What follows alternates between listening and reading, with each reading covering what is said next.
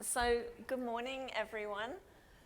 Thank you so much for getting up early and coming to our orientation session. We're not quite sure why it's become traditional to have the orientation session at 7:30 in the morning, but it has. So we do appreciate you getting up and coming here to join us. So welcome to the FSA 2016 Federal Student Aid Conference. I want to just take a minute and introduce the team to you. I know everyone in here pretty much knows Mike Stein, who's our medical school expert. And then we have two fairly new members to the team. We still think of them as new, although Andy Hagedorn has been with us for about 2.5 years, and Carla Johnson's been with us for 3.5 now, Carla? And both Carla and Andy came from school backgrounds. So they have masses of information on how to manage the program in the same way that you have to do it, which Mike and I don't come from that background. So they are really good resources for you. And I know that some of you have already worked with Andy and with Carla. And we have a new member of our foreign schools team in Washington, Larry Vu. We couldn't actually get Larry to the conference this year, but I've already heard very good reports about Larry from a couple of you in here who are working with him. So for those of you who've been around for a while, our manager, Barbara Hemmel, is actually retiring on Wednesday. So we just wanted to let you know about that. I know some of you have known her for years. So she's actually moving to North Carolina, and apparently we're all invited to go and stay.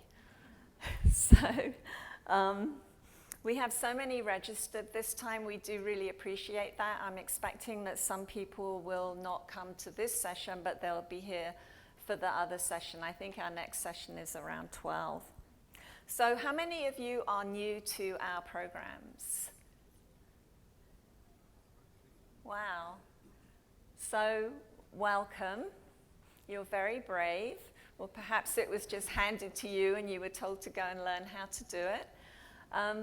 We do have the Ask a Fed Foreign Schools booth again this year, but to be honest, we're not quite sure how we're going to be in here doing all our sessions. And we know that you'll come and talk to us immediately the session's over, and have someone at the Ask a Fed Foreign Schools table. So I think, at least to start with, for the most part, we'll try and at least meet with you in here. If we need to go and grab the table so that we have access to a laptop, we can certainly do that. It's just going to be difficult to have somebody at that table all the time. So everyone hates icebreakers, but we're going to make you do one anyway.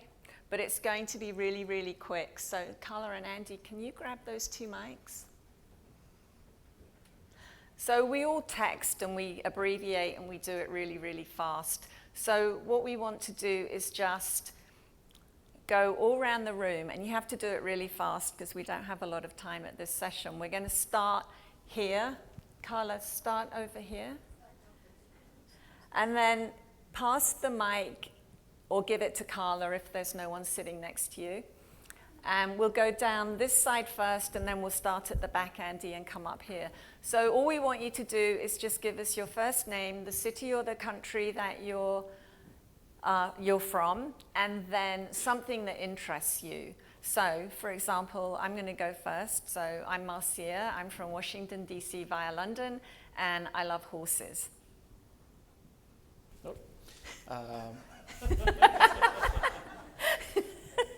Mike, Washington, D.C., snow. Okay, Andy, I'm making us go first, so you have a minute to think about what you love. So I'm Andy Hagedorn, and I'm from Washington, D.C., via Oregon on the other side, and something I like, pizza. Okay, and you have to go faster than Andy just did. Andy gets a C. Sorry. All right, Carla, your turn. Carla, Washington, D.C., baseball.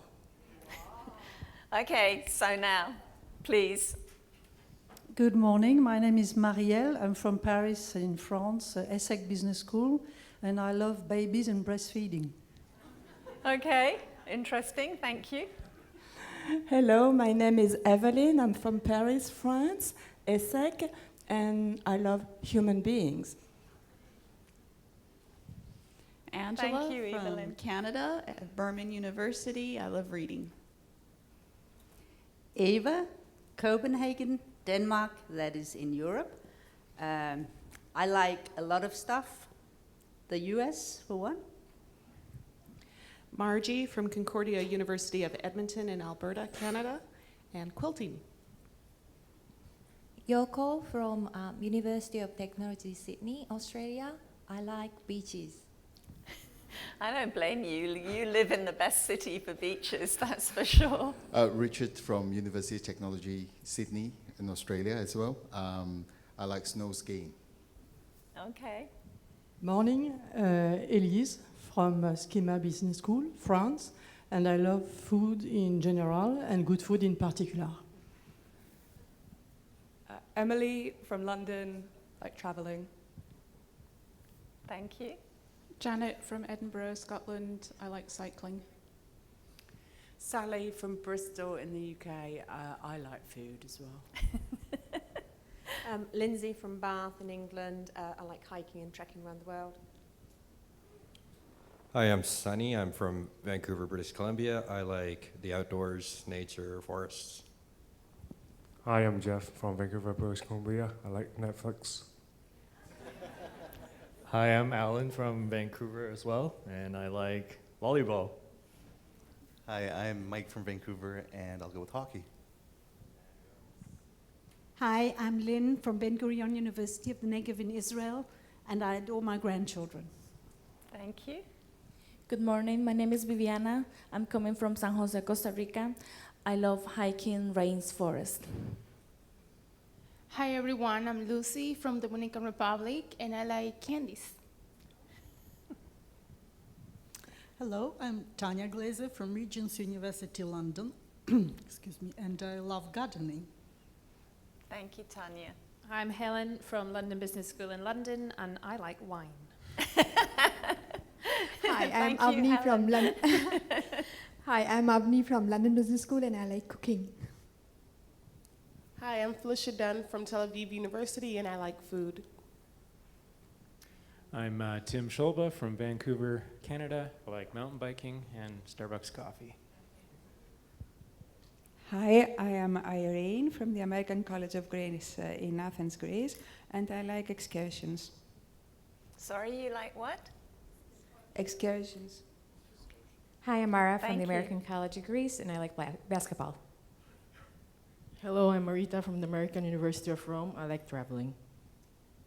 Hi, I'm Francesca, also from Rome via Oregon, and I like baseball. Hi, I'm Ariana from the American University of Rome via Boston, and I love animals. I'm Harrison from International Education Council in Washington, D.C. via Atlanta. You gotta say it like that, Atlanta. And I like football, both kinds. Thanks, Harrison. Hi, my name is Bonnie McCauley. I'm from the Alberta College of Art and Design in Calgary, Alberta, and I love buttons. Hi, my name is Rani Roy. I'm from La Trobe University in Melbourne, Australia, and I love my son. Oh. Hi, I'm Anushka. I'm from the University of Melbourne in Australia, and I love music. Hi, my name is Magda. I'm from Krakow Jagiellonian University Medical College, Poland. I like many things, but I love swimming at my dock. Hello, my name is Katarzyna. I'm from Poland and I love salsa. Hi, I'm Bartosz from Poland Jagiellonian University in Krakow. I love soccer. Hi, I'm Sheila from McGill University and I like gardening. Hi, I'm Rhonda from McGill and I love cake. Hi, I'm Margie from Queens and Kingston, Ontario, Canada, and I love spending time with my family. I'm Terry from Queens as well, and I love my kids. Good morning, I'm Philip from the London Film School, and I love traveling. Hello, I'm Lindy from Cape Town, South Africa, and I love road running. I'm Halima from the University of Cape Town in South Africa, and I also love running. We both run. I'm Jason from Richmond University in London, and I like playing tennis. Hi, I'm Tanya from Palmerston North, New Zealand, and I love the All Blacks. Hi, I'm Eva from Manchester Metropolitan University, and I'm Polish, so I like vodka. Thank you, Eva. I'm Alison from Dublin in Ireland, Maynooth University, and I love meditating. I'm Magda from the American University in Cairo, Egypt, and I like music. Hi, I'm Isabelle from the University of Montreal in Canada, and I like hiking. Hello, I'm Helen from the Czech Republic, from the Maastricht University, and I like traveling. Hello, I'm Michal from Brno, Czech Republic, and I love training conferences. Hi, I'm Holly from Limerick in Ireland, and I love lions in the morning. Hi, I'm Nia from Cork in Ireland, and I like spending time with my family when I'm not traveling. Hi, I'm Lenise Pimentel from the American University of Antigua, and I like sleeping when I can. Hi, my name is Erica Vargas, also from the American University of Antigua, and I love espresso. Hi, my name is Ashley from Calgary, Alberta, and I like skiing. Hi, I'm Tracy from the University of Exeter in England, and I like cooking and dogs, but not together. Hi, my name is Sarah. I'm from Swansea University in Wales, and I like hiking. Hi, I'm Jan from Swansea University in Wales in the UK, and I like socialising. Hi, I'm Mary from St. Francis Xavier University in Nova Scotia, Canada, and I love hockey, especially goalies. Hi, I'm Natoi Telusma from Ross University, Dominica, and I like working out. Hi, I'm Anthony Jackson, also from Ross University via New Jersey. I love to bake. I'm Glenn from London, and I like beer. I'm Jane from University of Cambridge, and I like cooking. Hi, I'm Ronan from London, and I like cycling. Yael from the Hebrew University in Jerusalem, and I love ice cream. Carrie from the Hebrew University of Jerusalem, and I love chocolate. Hi, Emmeline Searson from the Medical School at the University of Limerick in Ireland, and I like farming. Hi, I'm Lara from London, and I love books. Hi, I'm Ben. I'm also from London. I love craft beer and American football together at the same time. Hi, I'm Frederick from Lund University in Sweden, and I love the sun. Hi, I'm Nessia from Waterloo, Ontario, from Wilfrid Laurier University, and I like playing squash. I'm Pam from Wilfrid Laurier University, Ontario, and I like camping and wine. I'm Emma from the University of Birmingham in the UK, and I like Domino's pizza. I'm Nicola from the University of Nottingham, also in the UK. And I also like pizza, but I also like chocolate too. Is that allowed too? Just not together? Oh no, chocolate pizza. Hi, I'm Anya Raymond from the American University in Cairo via New York, and I love to ski. Hi, I'm Anjana from London, and I like traveling. Hi, I'm Monica from University of Americas Puebla, Mexico, and I love traveling. Monica Ruiz, also from Mexico. I love reading. Luba from American University in Bulgaria. I like hot weather. Hi, I'm Venera, also from the American University in Bulgaria, and I love traveling. I'm Kirsten from Rome, Italy, and I love Latin. I'm Zoe from Rome, Italy as well, and I love Italian food. Hello, I'm Frances from Etcheley University in Ormskirk, Lancashire, and I like horse riding. Hello, good morning. My name is Elizabeth Torres, and I'm from Universidad de La Salle Bajío in Mexico, and I like to travel. Hi, my name is Mercedes from Baja California, Mexico, and I love steaks, coffee, and wine. And finally, my name is Ana. I'm from CETIS Universidad, Mexico, and I love shopping. Great, thank you. I really appreciate you doing that. It was actually helpful for me because I didn't have a chance to meet all of you as you came in. So at least now I sort of have a bit more idea about you. So just a couple of other things before we get started. I did just want to introduce briefly Johnny, who's our sound engineer for the entire week. He's going to be in here taking care of us. So we worked with Johnny yesterday, and yeah, he's going to be amazing. So thank you, Johnny. Also, Glyn from Goldsmith and Ariana from the University of Rome are going to organize a bit of a happy hour tonight.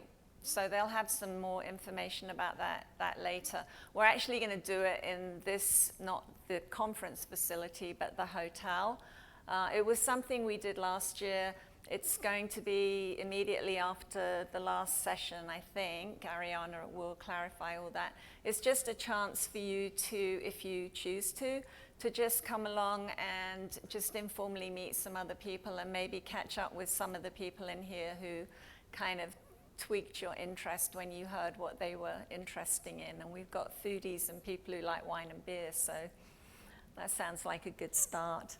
One other housekeeping issue, we were told when we came to the conference that there are people who come into the conference who don't actually belong here, and they are here to see what they can steal from you. So, although we're camped out in here for the whole week and we want you to be comfortable in here, please take anything personal, your valuables with you when you leave, because we don't want anything like that to happen to anyone in here. All right, let's go ahead and get started. I'm just going to quickly go over the agenda. So we have some sessions that we're going to recommend for you to take. We're going to talk about the multi-regional and foreign school participation division, the structure of the U.S. Department of Education, institution participation data, the key functions of our team. And then Mike's going to take over and talk about method of payment, other activities that we're involved with, and technical assistance. So, of course, we were able to bring back the foreign school track this year. We have 12 sessions for you. Well, almost 12. I have an announcement about that at the end of the session. We need to get your opinion on something.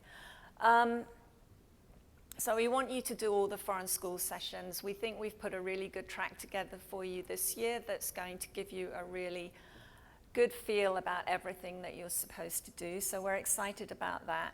The general sessions, we won't be offering any sessions during the general session. So we've got welcome and the federal update, and then verification and 2017-18 conflicting information, identification and resolution.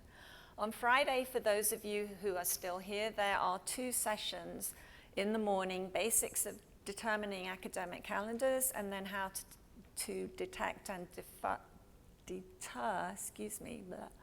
federal financial aid fraud. We did have an issue this year with someone who was actually a student or trying to be a student at a couple of schools, and somehow got hold of Mike Stein's information and credentials and was then sending emails that were supposedly coming from my colleague Mike, and they weren't. And fortunately, the foreign school officials, it was Frank Walden, Mike is just reminding me. So although we don't see that many issues with foreign schools, we do see them from time to time. And this appeared to be an email that was coming from Mike. So we were really glad it was identified. And then there was another issue earlier in the year or the end of last year, I can't quite remember. But a student figured out how to send emails that appeared to be coming from our customer service group within the department. And he did not like the answer that was given to him by the school official, which was correct. And so he then figured out how to go to somewhere in Eastern Europe where he could create an email address so it appeared as though that was coming from us. And it wasn't from someone on the Foreign Schools team, it was in another area. So fortunately, this astute financial aid administrator got suspicious and let us know. So we don't see a lot, but we do see it from time to time. So that might be an interesting session to go to if you're still here.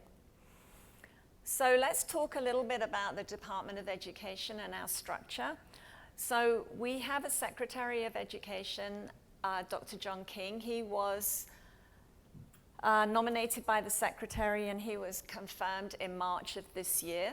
I realized when I was putting the information together, I really didn't know very much about Dr. John King, so I thought I would go and have a look. And he actually is like a who's who of the best schools to go to in the US in terms of his institution. And I have to read this because I'll get confused. But he has a Bachelor of Arts degree from Harvard University, a Master of Arts in the Teaching of Social Studies from Columbia University's Teachers College. Then he decided that he would go to Yale Law School, and he earned a Juris Doctor, a law degree. And then he went back to Columbia to earn a Doctorate of Education. Now, what I found sort of interesting about this was the fact that Dr. King lost both his parents when he was 12. And he credits his educational success with the public school teachers that encouraged him and allowed him to pursue his education. And he's now our current Secretary of Education. So that I thought was interesting. He lives in Maryland and both his children go to public schools.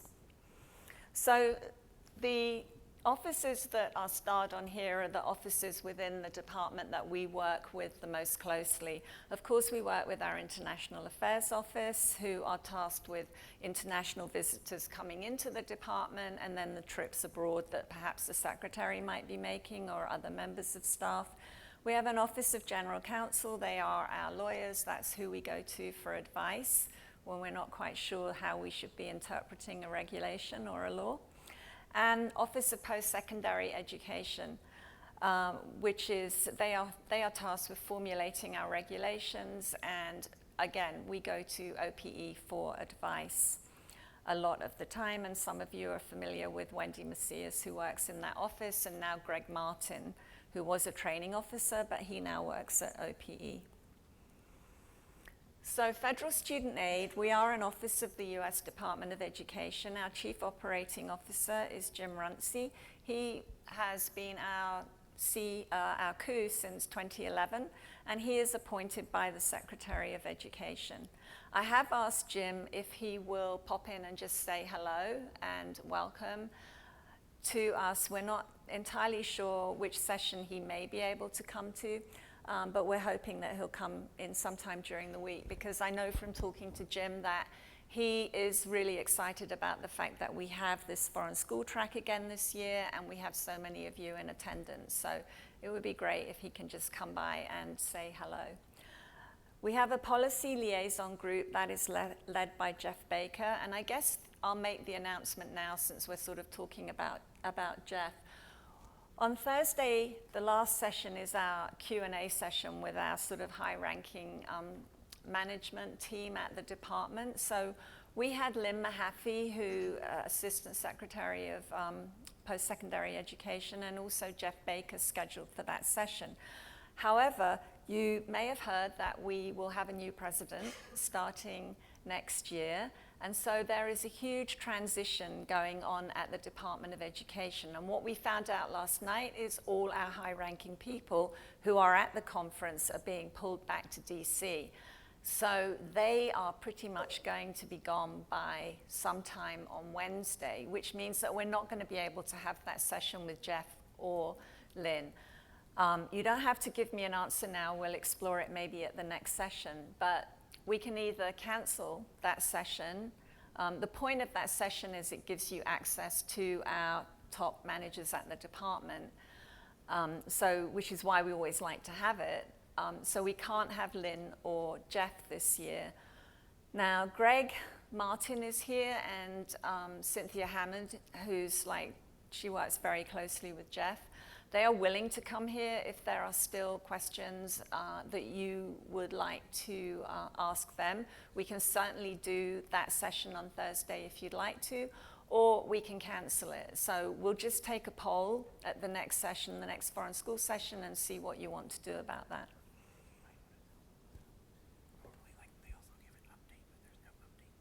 Oh, and yeah, Mike is just reminding me that one of the things that Jeff always does is to give an update. Well, we're in the process of a transition, so we don't have any updates that we would be able to give you or Jeff would be able to give you at that session. So that is perhaps another reason why, if you just want that time to come and ask us questions, that's fine.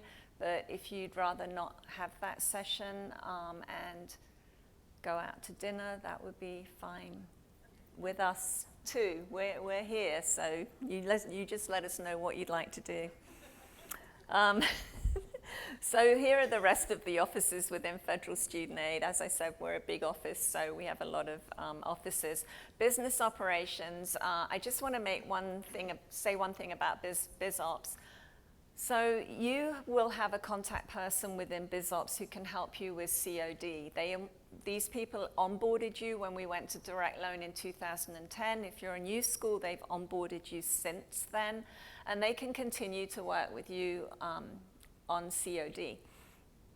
So you have one person in BizOps assigned to you. If you don't know who your BizOps contact is, we have the list. So we're happy to give you that information. Also, last year I confused people when I was talking about a BizOps contact because some people thought I meant a foreign schools team contact. And unfortunately, we're such a small team, we just don't have the opportunity to do that. So we all try and help you as best we can, and we know that you've developed relationships with some of us over the years, and you just continue to go back to that person, and that's absolutely fine. But if you want to know who your BizOps contact is, and this is where Wood Mason works, and he's doing a session later as well. Okay, so we have 5,592 domestic schools, 404 foreign schools. That's up 4 from last year. Our funding for the 14-15 year, which is our most recent data available, was $129 billion. $1 billion goes to foreign schools. By funding type, we have for-profit, 59% of that $1 billion. They are our medical and our veterinary schools. Non-profit and public, that's most of you in here, you get 41% of that $1 billion. So that is still a substantial amount of money that is awarded to your American students at your institutions. So a little bit more data. We have 38 countries in our program. 24,000 students went overseas last year to study at your institutions. And this is not study abroad. This is students who are coming to earn a degree. And then foreign cohort default rates. Some of you who've been in the program for a while know that we track the students who don't pay their loans back. We don't follow them forever. We follow them for a specific amount of time. And based on that information, we have a cohort default rate. And of course, we have in our regulations the number that you're not allowed to exceed before it gets to be a problem. Now, what we find with foreign schools is that those rates have always been historically low. Even when we switched to a 3-year rate a few years ago, the foreign school rate stayed low, and it is lower than the domestic schools. So congratulations on doing everything that you're supposed to in terms of making sure that your students understand that it's a loan. Excuse me. And now I'm going to turn it over to Mike, who's going to talk about method of payment.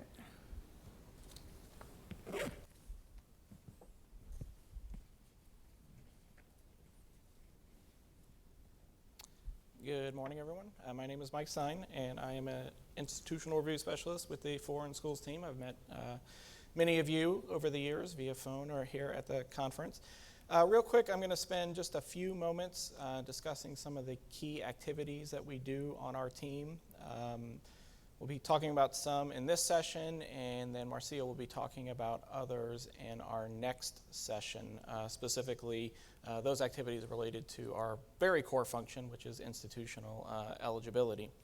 However, another area that we are active in is in method of payment.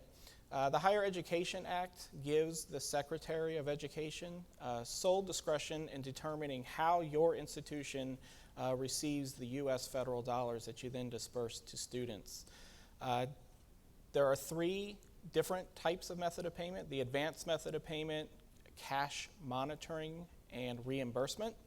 Typically, most schools participate under the advanced method of payment. That's how you would begin your participation, and as long as things continue to go smoothly, that's how you will continue to receive funds. For foreign schools, it works a little bit differently than domestic schools. For foreign schools, it is what we call a records first method of payment. And so what that means is that your institution must first submit acceptable records to COD before those funds will appear in our G5 system, the Treasury, for drawdown and then disbursement to students. Heightened Cash Monitoring 1 is a method of payment where your school would first have to pay students first, either by using institutional funds or crediting a student's account, before then going into G5 and basically self-reimbursing, drawing those funds down. Some reasons you might be placed on HCM1 could be due to like a late submission of an acceptable compliance audit or financial statement, or if you have multiple years of compliance audits that come in with repeat findings, there could be some concern that there's administrative capability issues in a certain area, and so there might be a need to place your institution on HCM1 while we work with you to get those ironed out.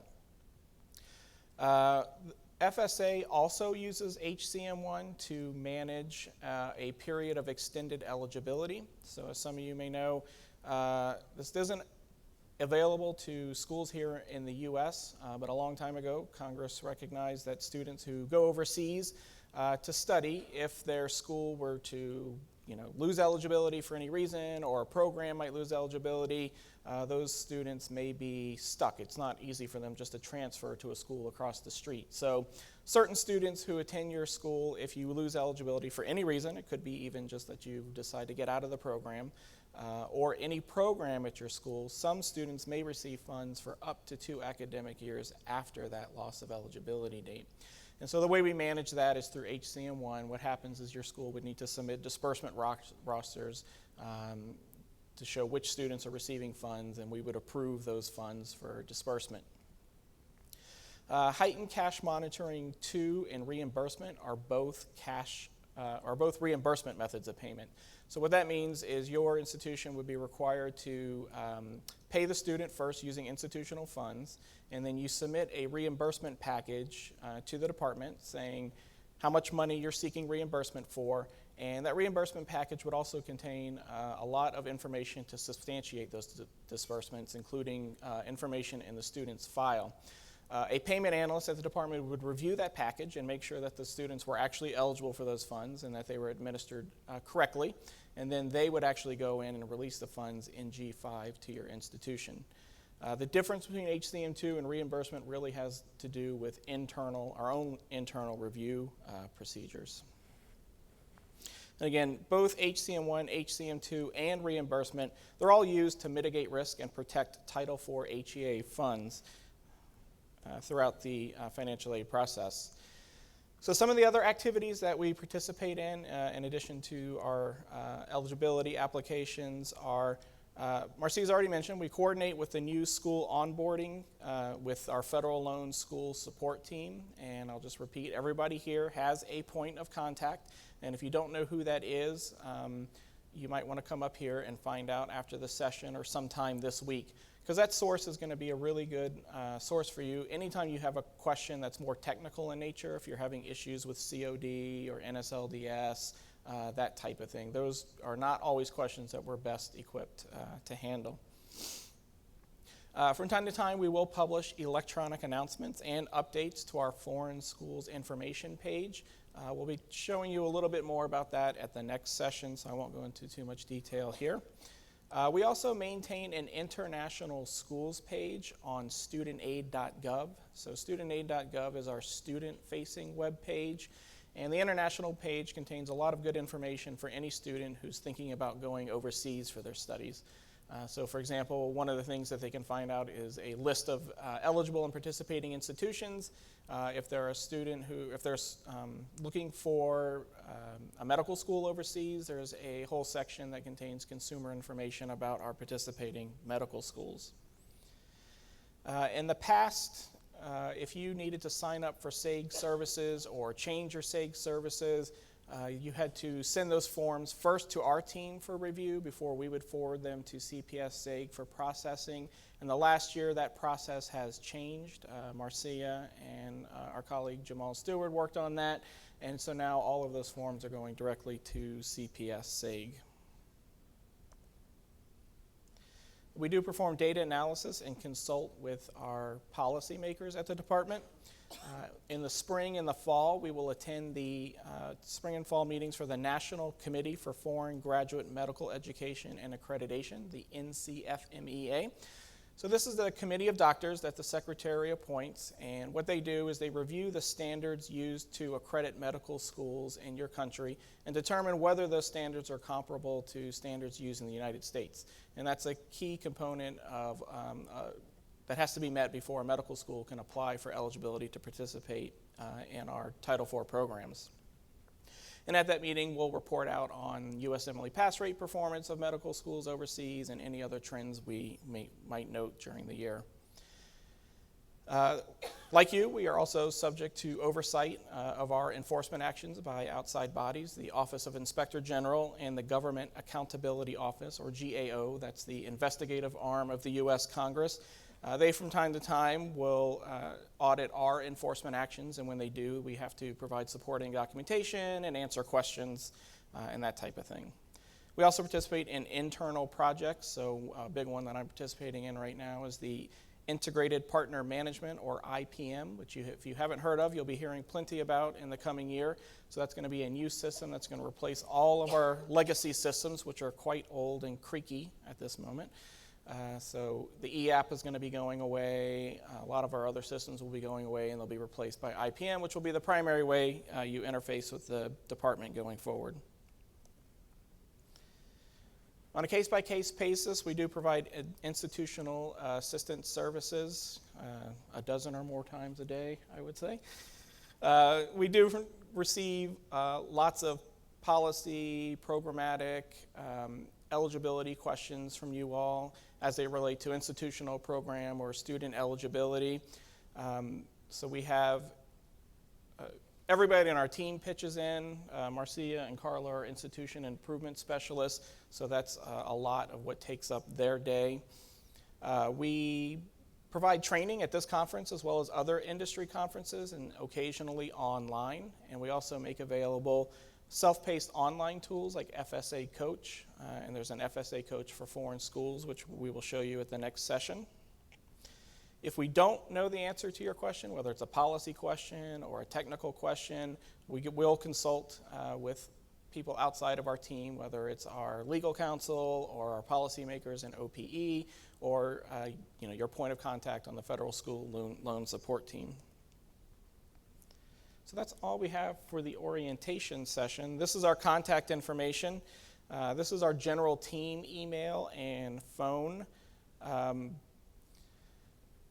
We do have a new support assistant, Joanne Lung, and she is wonderful, and she is answering the phones. So I know in the past there have been times where people have left a message and maybe didn't get a prompt answer. Hopefully that issue has been solved. She is on the phones and she is forwarding phone calls and phone messages, and so hopefully that response rate has picked up in the last few months. She's been on our team now for 6 months? 6 months or so? Yeah.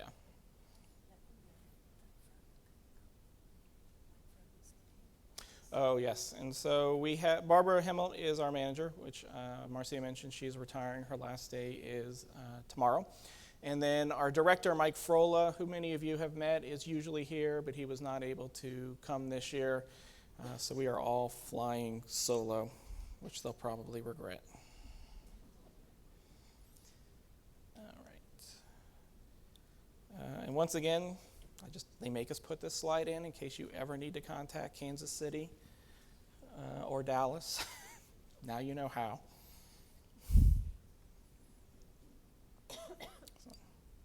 We have a big argument every year when we're putting this in. I leave this slide out. They tell me I have to put it in. I say this is not useful information for our foreign schools. But I listen and I put it in anyway. All right. Do you have any questions for us? I know we have the general session starts in about 12 minutes, 8:30. Oh, in the back. Repeat the question. I just wanted to know the ETA for the internal project. Me too. Repeat the question. So she wanted to know when the IPM system will be going live. The last thing I heard was 2017, maybe middle towards the end of the year, but I'm not sure. It's a date in flux as they work. It's a huge project, so as they work through the kinks, that date tends to move around. But you will hear about it, believe me. Yes? So we have a comment that it's quite cold in here. How does everybody feel about the temperature? If you think it's too cold, raise your hand. Okay. Wow. Actually, when we came in here, it was too warm. It was really warm in here, so they did decide to lower it a little bit, but we'll ask them to adjust it again because it has got really cold now. Okay. We will provide that feedback and hopefully get that adjusted for you for the next session. But otherwise, we recommend that you go to the general session, which starts at 8:30, and we will see you back here at, what time? 12:30, I think it is, 12:15?